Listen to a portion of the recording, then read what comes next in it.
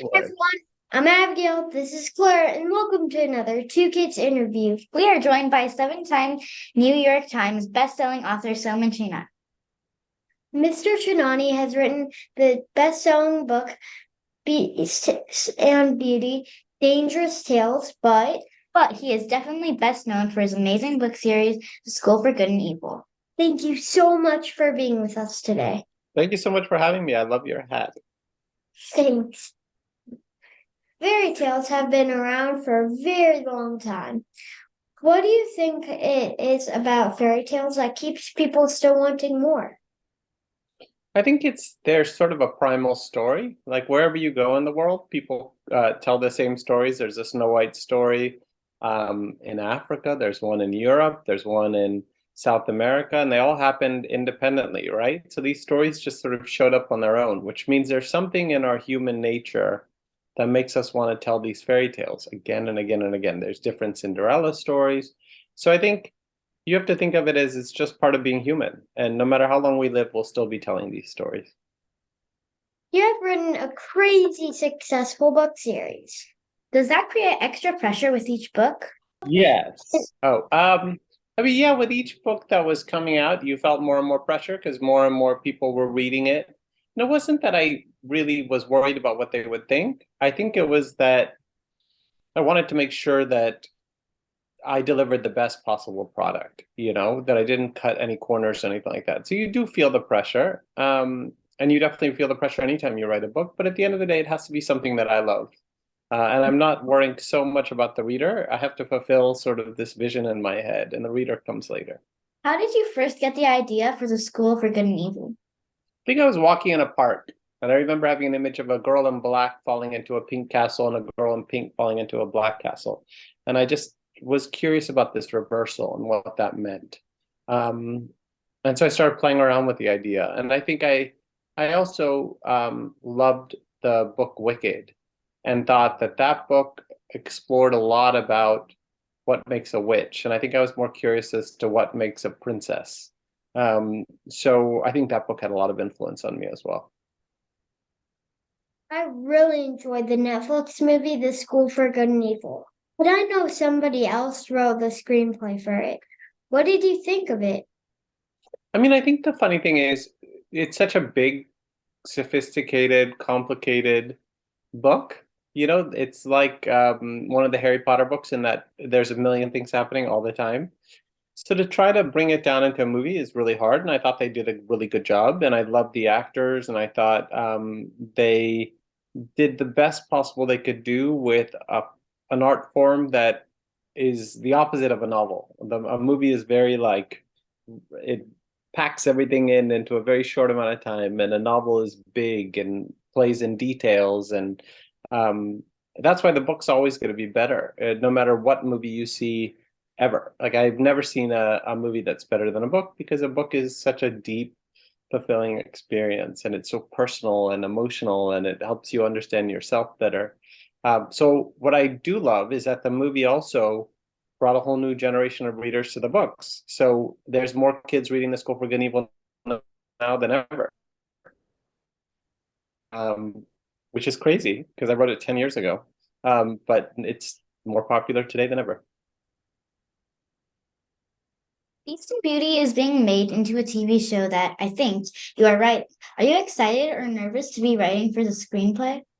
Very excited, but I finished my work back in March, and Hollywood's been on strike ever since. So it's a little annoying because I worked really hard in the first part of the year to deliver this screenplay that we all loved, and thought was really ready to go and pretty fantastic. And then industry shut down. Hollywood's kind of dead. So um, it's fine. I'm writing a new book and happily at work there where I belong and what I'm best at. Um, but it's a weird situation. It's a weird situation. Um, and it's affecting everybody. So we'll see. We'll see what happens. But I'm really hopeful that book has its series one day when the time is right. But first, Hollywood has to get its act together. You've had books challenged as not being appropriate for elementary school. We've interviewed a number of authors who have had books banned, which means that many kids won't have access to the same books as we do. Can you give us your thoughts on this?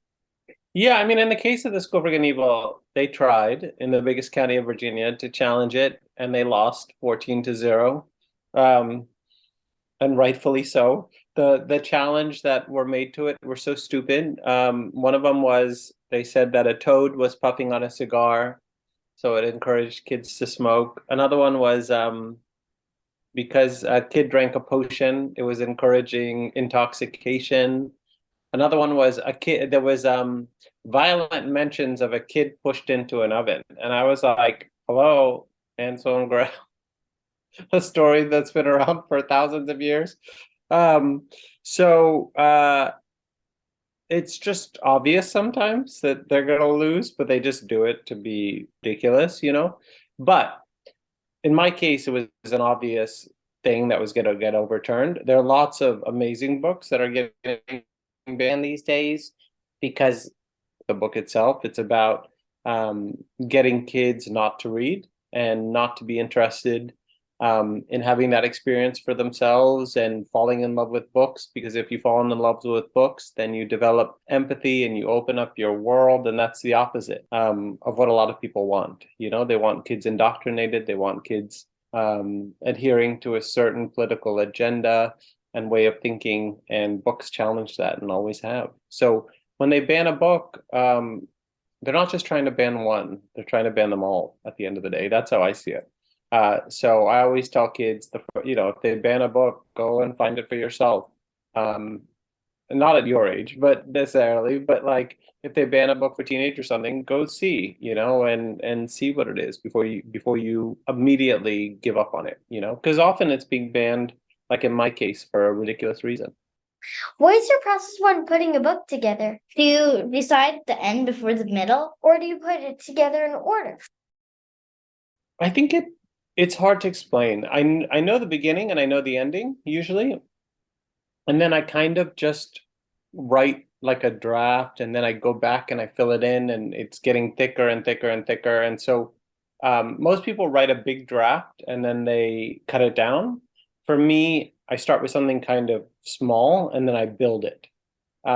So I flesh it out. And so it's hard to explain. It's very kind of organic. I'm just kind of like flowing through it and seeing what happens. And little by little, it starts to build into something. When writing one of your books, have you ever thought, I wish I had done something differently in an earlier book because it would have made something easier or different in the book you are writing?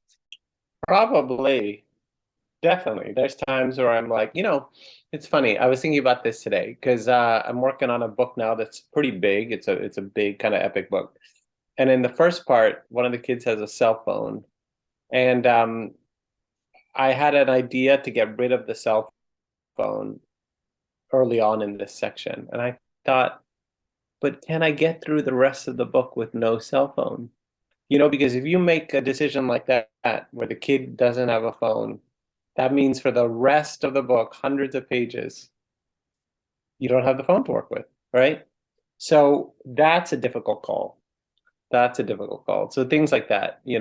And it's even harder when you're going from book to book and it's a series.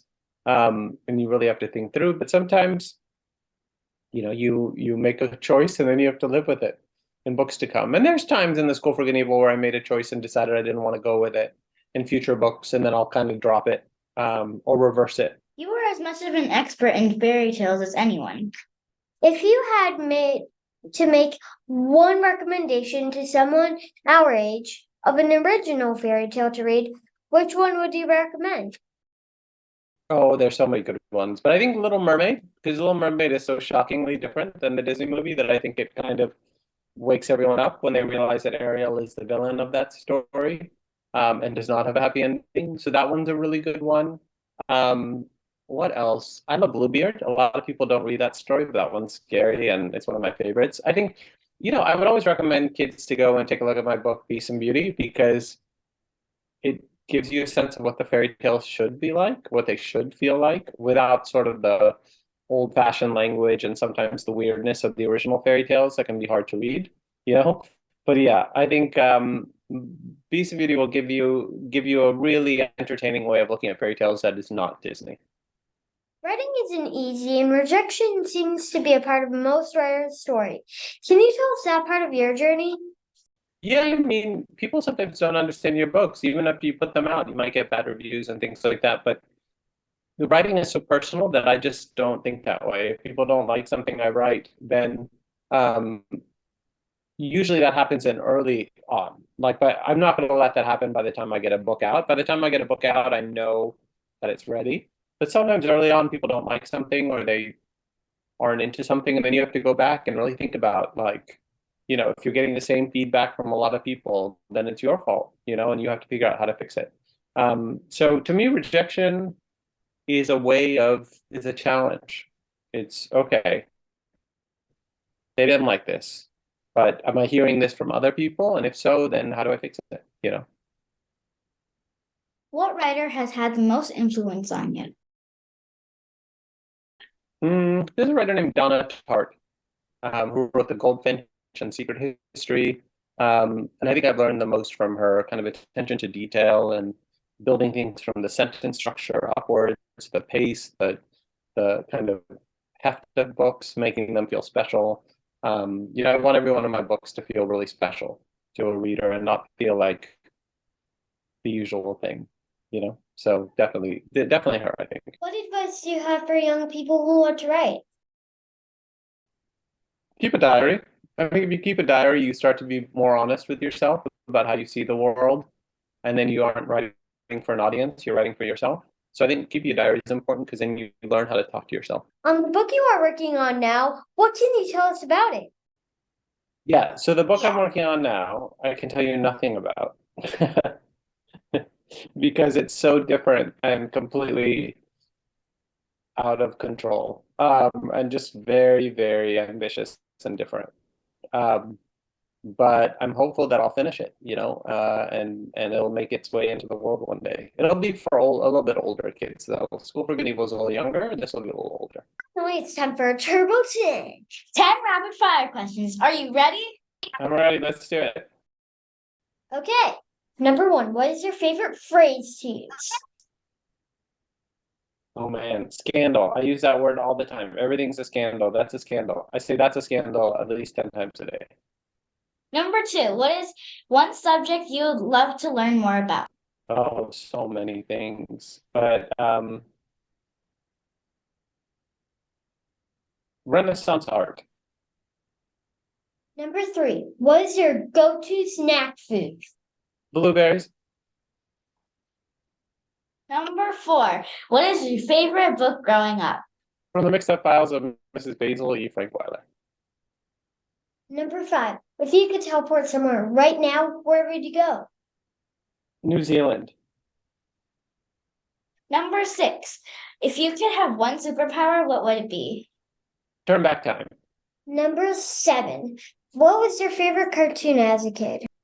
Captain Planet. Number 8, what is your favorite rainy day activity?